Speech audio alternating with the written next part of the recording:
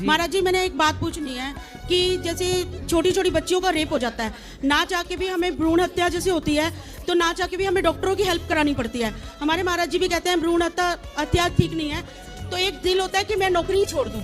तो क्या ये प्रश्न मेरा अंदर ही अंदर व्याकुल करता रहता है, तो हम डॉक्टर की हेल्प करवाते हैं तो भ्रूण हत्या क्यों करनी है? मना करें ना कि नहीं करेंगे। 10 साल की लड़कियों का रेप हो जाता है, तो उनको अगर ऐसे छोड़ दिया जाए तो उनका सारा जीवन नष्ट हो जाएगा। अच्छा, 10 साल की लड़की का रेप हो जाता है तो चलो वो तो मजबूरी है, पर सामान्य केस जो भ्रूण हत्या वाले ही हैं, हाँ, वो मत किया करो।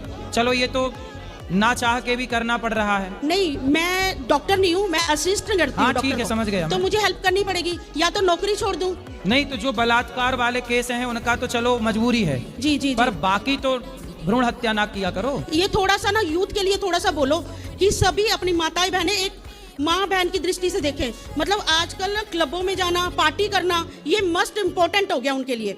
भगवान के पास जाना या कुछ है, उससे क्या मिलेगा, उसे क्या प्राप्त होएगा? सिर्फ यही आपके हाथ पैर चरणों में एक नमन है कि कितने परसेंट बलात्कार के केस ऐसे आते हैं आपके पास? मेरे ख्याल से तो महीने में 5 से 7 आ जाते हैं। तो 10 साल की बच्ची भी गर्भवती हो जाती है? जी, इतना दुख आता है ना अंदर से कि उसको माँ को भी नहीं पता चला कि क्या हुआ, क्या है। उसे पूछा तो फिर वो बलात्कारी पकड़े जाते हैं? सर मैं कैसे बताऊं, मैंने उस लड़की से खुद बात की कि बेटा क्या हुआ था।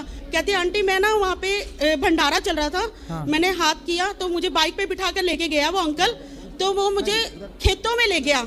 मैं रोती रही, चिल्लाती रही, पर मेरे को पता नहीं चला।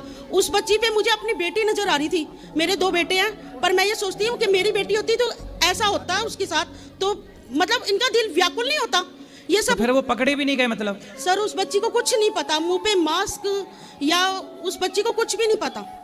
तो ऐसा मैं यही आपको कहना चाहती हूँ कि यूथ संभले, कुछ ये सोचे कि ये अगर बेटी के साथ हम ऐसे कर रहे हैं, काश इसी बेटी मेरी होती तो क्या होता। सही है। पहले रावण एक था, अब तो बहुत रावण हो गए हैं। बस वही चीज ना। और समाज में ये जो अश्लील चीज टीवियों पे देख रहे हैं, मूवियां देख रहे हैं, क्लबों में जा रहे हैं, कहीं ना कहीं ये सब गंदगी मन में भरी है। इसलिए हमारे सनातन में शुरू से नारी को देवी माना गया है, क्योंकि हमारे ऋषि मुनि जानते थे कि बेटियों के साथ गलत हो सकता है, इसलिए उन्हें देवी का दर्जा दिया और पुरुषों को काम पे लगाया कि तुम इन नारियों का सम्मान किया करो, अपमान नहीं। बिल्कुल। हमारे सनातन की अब मूलभूत अवधारणाओं को लोग सत्संग नहीं करते, कथाएं सुनते नहीं, तो मूलभूत अवधारणाएं, ज्ञान, संस्कार आएगा कहाँ से?